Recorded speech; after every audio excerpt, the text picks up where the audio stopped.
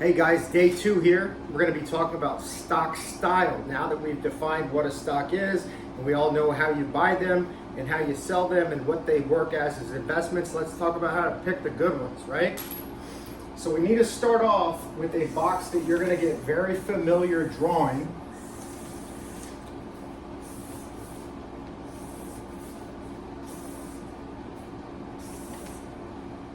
You've probably seen this. Raise your hand if you've seen this.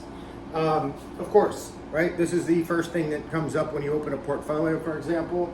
But when we're picking stocks, we need to decide whether we want the large cap or the large stocks, whether we want the medium-sized ones, or whether we want the small ones, right? Different areas of this work best in different environments, and that's why it's important to know what's going on. There's also value companies. So think about a long time, a grandpa kind of company, the same ones that your, rich Uncle Eddie retired on. Then we have growth companies, which is the exact opposite. This is a company that doesn't try to pay a dividend. They're typically not as storied and haven't been around as long as some of the more dividend-oriented ones. And then we also have blend companies, meaning that they do a little bit of both. I think that all makes sense, right? We're just going to describe it a little bit more. We also if you think about a value company and you think about one that's been a long time and that pays a really healthy dividend and that everybody loves, all I can think about is ExxonMobil, right? XOM, GE, General Electric. Thing was invented by Edison. It's been around since the 1700s, right?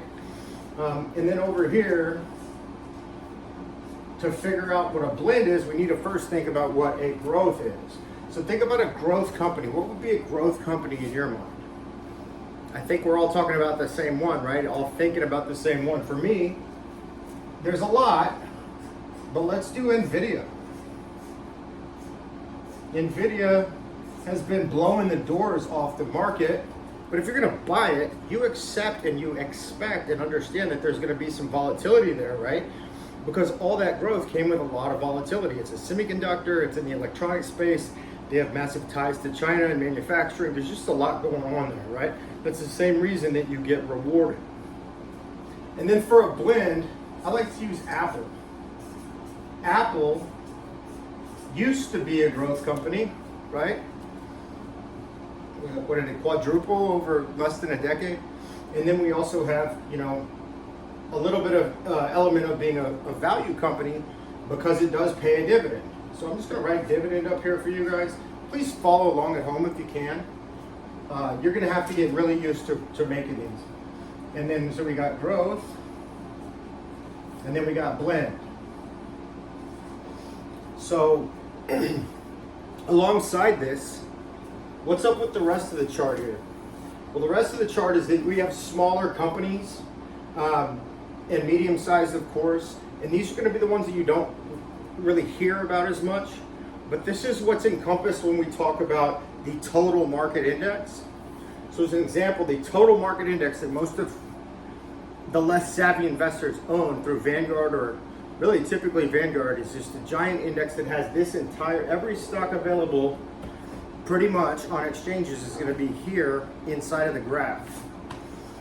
In times of bad economic certainty, when there's not, we're really scared, think about 2009, 10, and 11, the large value companies do better because they have giant balance sheets, right? They don't need to borrow money from banks. They don't have to pay high interest rates on debt. They can really kind of be their own daddy, so to speak.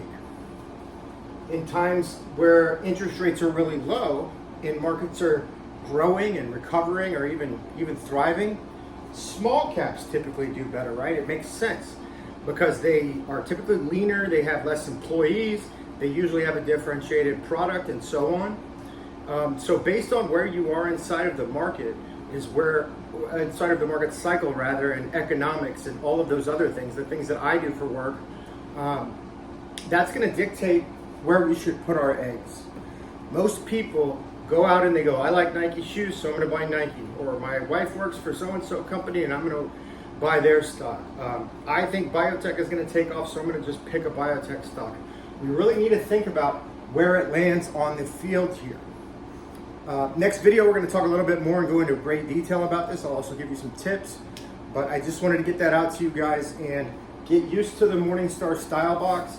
And the main thing is that this is called style.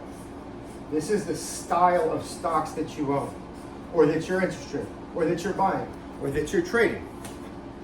Thanks. I'm Chase, everbullish.com, everbullish.substack.com to follow along with this and get it emailed to your inbox every single day. Love ya. AFG, LFG, LGR, let's get rich.